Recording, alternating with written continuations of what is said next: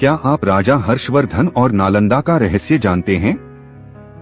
यह कहानी 7वीं शताब्दी के महान राजा हर्षवर्धन की है, जिनका शासन उत्तर भारत में दूर दूर तक फैला हुआ था। वे पराक्रमी, दानवीर और विद्वानों के संरक्षक थे। उनके राज्य में नालंदा विश्वविद्यालय था, जो उस समय का सबसे बड़ा ज्ञान का केंद्र था।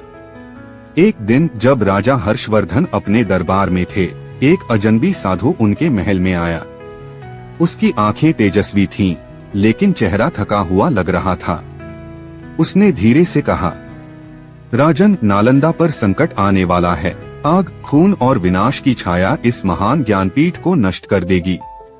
राजा चौंक गए और पूछा, कौन करेगा यह विनाश और इसे रोका कैसे जा सकता है?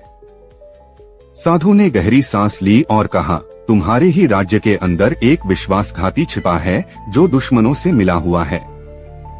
अगर तुम इसे रोकना चाहते हो तो तुम्हें खुद नालंदा जाना होगा और इस षड्यंत्र का पर्दाफाश करना होगा। राजा ने तुरंत नालंदा जाने का निर्णय लिया, लेकिन उन्हें अंदाजा नहीं था कि वहां उनके लिए मृत्यु का जाल बिछा हुआ है। राजा हर्षवर्धन अपनी सेना और कुछ खास दरबारियों के साथ नालंदा पहुंचे।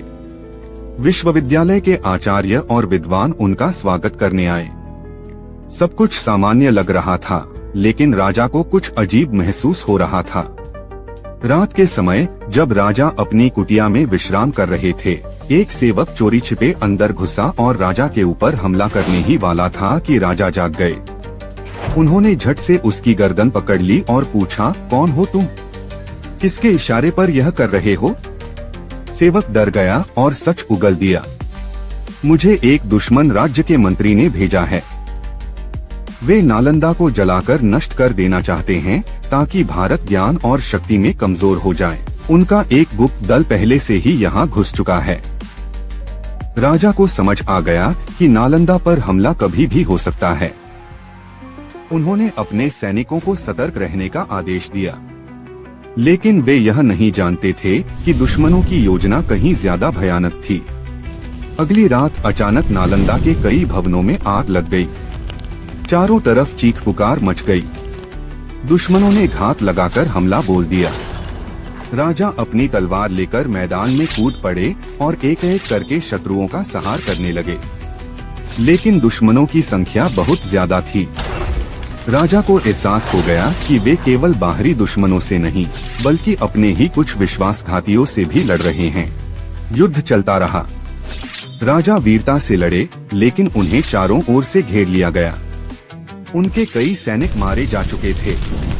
नालंदा जल रही थी। पुस्तकालय की अमूल्य पांडुलिपियां राख बन रही थीं। राजा जानते थे कि अगर वे बच भी गए तो नालंदा को नहीं बचा पाएंगे। तभी उन्होंने एक साहसिक निर्णय लिया।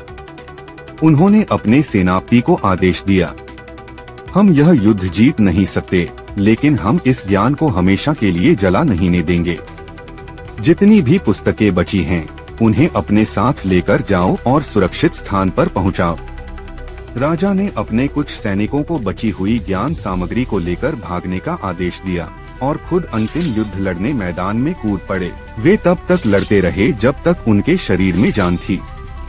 आखिरकार शत्रुओं ने उन्हें घेर लिया और उनके प्राण ले लिए, लेकिन राजा का बलिदान व्यर्थ नहीं गया। उनके आदेश से कई महत्वपूर्ण ग्रंथ बचा लिए गए, जो बाद में अन्य मठों और मंदिरों में संरक्षित किए गए।